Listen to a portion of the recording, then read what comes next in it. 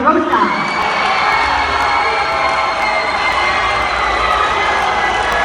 Standing here with Sergio Oliva Jr., the New York Pro Men's Open champion, your pro debut. You win here. Very, very tough battle against John De La Rosa and the rest of the lineup. What does this win mean to you? Don't be that guy and ask that question. What does it mean to you? How do you put that into words? Like, how can I possibly make a sentence that can explain? How important is you winning your pro debut to your career? It is the most important thing to me. It's the greatest thing that's ever happened to me.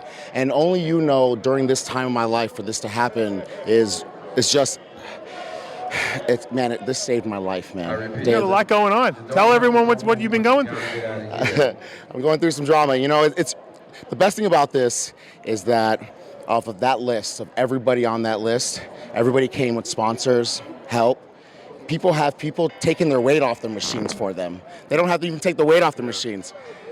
Well, I'm just trying to figure out if I can just outwork them and just come in with condition and beat them on that. You know, we had a plan coming into this where I feel like I did lose a little bit of muscle, but we wanted to play the condition game.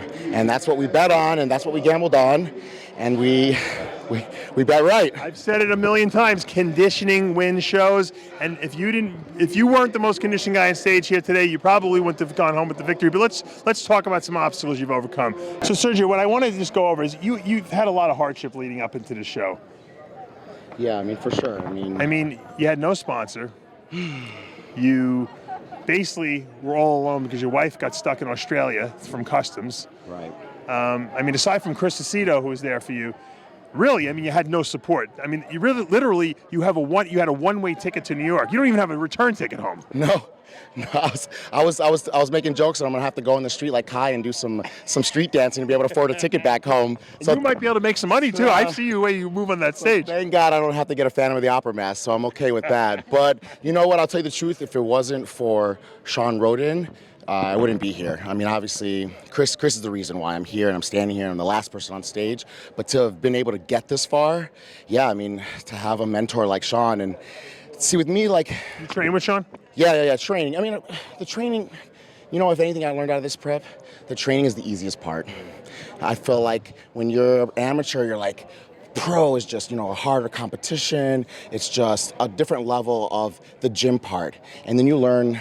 Really being a pro is just being able to balance the obstacles you have to deal with that have nothing to do with bodybuilding. And then on top of it, still be able to stay mentally focused to come in better every time. That's what being a pro is. And that's what he for sure helped me with, was the offstage mental part. And man, but you're right, exactly. Besides him, no one. Now, you know what's interesting? When I watch like these new movies that are reboots, like the new Star Trek, they basically, it's all new characters and they have all new script, but they bring in old nostalgia. Now you do that with your routine. You have a whole style of your own, but you always have those signature Sergio Oliva Sr. poses in there. You sneak them in there, and us old-time bodybuilders, we catch them, and I think it really endears yourself to the fans.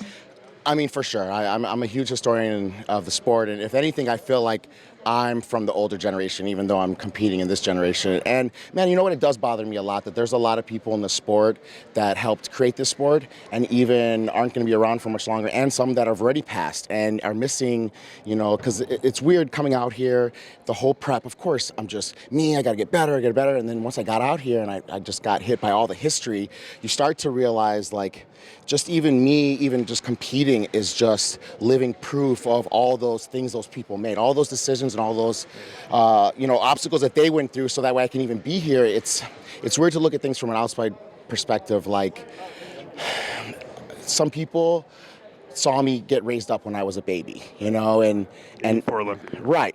And I can tell people I don't even know the bodybuilder, my dad. I never met that guy. Right. So it's actually not until I meet people from past generations that I learn really what kind of person he was and what the sport was. But I mean, I'll tell you the truth. Of course, I hate being compared. But if I could kind of remind people every now and then with a pose here or there. You do it very tastefully. You pepper it in there very tastefully. And I truly believe, you and John De La Rosa were so close. I believe that pushed you over the edge, your charisma and your stage presence. Thank you. That's all I was thinking about because I knew it was close. And it's funny because De La Rosa beat me before, and he's been messing with me since that Junior Nationals where he beat us. Right. And I finally got my payback, and it's different being Some out here. payback that is. Look at that ring you got there. Let's see if we can zoom in on that ring. It's heavy. The ring, and you got the $12,000 check. Yeah, but I'll tell you, De La Rosa's been for sure one of the people that I've looked up to the most. And in this sport, there's not a lot of people that can handle someone being your competition and then still being cordial and friendly to them. And that really is dying out of the sport. As soon as someone talks about someone being better, it just makes them have a hate towards them. And social media for sure plays into that. But you know what? You never heard a bad story about John. You never heard him be like that. And even up until we're about to walk on stage, he's still calming me down. He's telling me to relax. You have a lot of energy, yeah, that's for sure. Now, your dad obviously isn't here anymore. He's not with us anymore, but your mom is here. I saw her. I want to just pull her over here a second because I want to ask your mom some questions because obviously she's very instrumental in your victory. She raised you. Mom. Are you proud of your son? Look at the camera here. Turn around. Come over here, Mom. Can I try that ring on? She wants the ring. Yes, Mom. Oh, thanks, son. Did his dad ever get a ring like that? He had plenty of rings, but he didn't get one while I was with him, not like this. Growing up, did you ever think he would follow in his dad's footsteps and become a bodybuilder? Absolutely. You did. Why did you think that? Absolutely. Because haven't you seen the photos when he's like 2? Yeah, but he told me his dad didn't like the whole bodybuilding. He didn't, world. but he didn't care. Oh, so you knew he had it in his blood. I knew he had it in his blood. Did you know he'd take it this far? Absolutely. He's taking it all the way. All the way. Y'all just wait. I would not deny. One more person who's very important. Let me get Chris Aceto over here because Chris Aceto. Chris is with him for life. Because I heard that you guys had a little argument in the hotel room. I heard you a little fatherly son blow up. Well, Chris. I told him that's probably what pushed out that extra water in me right at the end. What happened? Tell me what happened, Chris. There's a lot of pressure on I think there's pressure on Sergio, and people don't understand the pressure that's on Sergio, including myself. You know, they see him as an outgoing, happy-go-lucky, smile, friends with everybody, encouraging everybody, but you can't discount the enormous amount of pressure riding on his shoulders because the fact is, and I didn't realize this, the fact is that he is Sergio Oliva's son.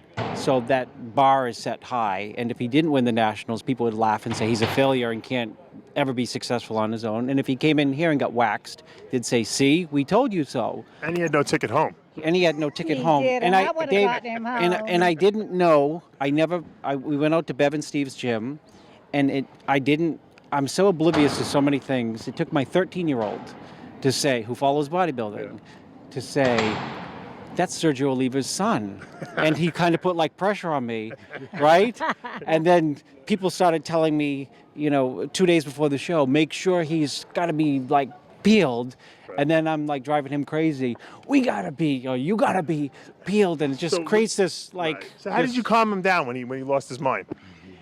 I said, you can win the show. And then, I told him, you can win the show. And I think that was some security that he needed to hear. When Chris says something like that to you, you obviously know he's not a bullshitter. Right, exactly. Did that convince you that you could win? Yeah, I could probably name 3 people that rarely give out those kind of compliments. So when they do, they for sure mean more. But I can answer that question for him. And Cedric kind of did in his speech in the Arnold. And a lot of bodybuilders do have these anxieties and these issues that they deal with. And then you have to be in the limelight on top of it. And you always have to be the ambassador of the sport and show a smile. That, man, sometimes behind closed doors, you do lose it. But it's funny because after all that's happened, now I'm thinking, do I have to do that for every show to win? Because it worked. No. And I can say this. Don't do it for every show. Chris won't be around. I'll put this on the record, though. Me and Chris have not lost together. We are 2 for 2. So. 2 big victories, that's right. 2 huge victories, absolutely. Congratulations on the big win. I'm going to step out of the way. I want you to hit the signature victory pose to take us out of here tonight since you did get the victory. Victory's the name of your clothing line. It is. It's only apropos. No pun All right, intended. here we go. There's a lot of pressure on you for this pose because, you got to, it's historic. Yeah. Sergio Oliva Jr., our New York Pro Champion. That's the pose. Yeah, I like that pose too.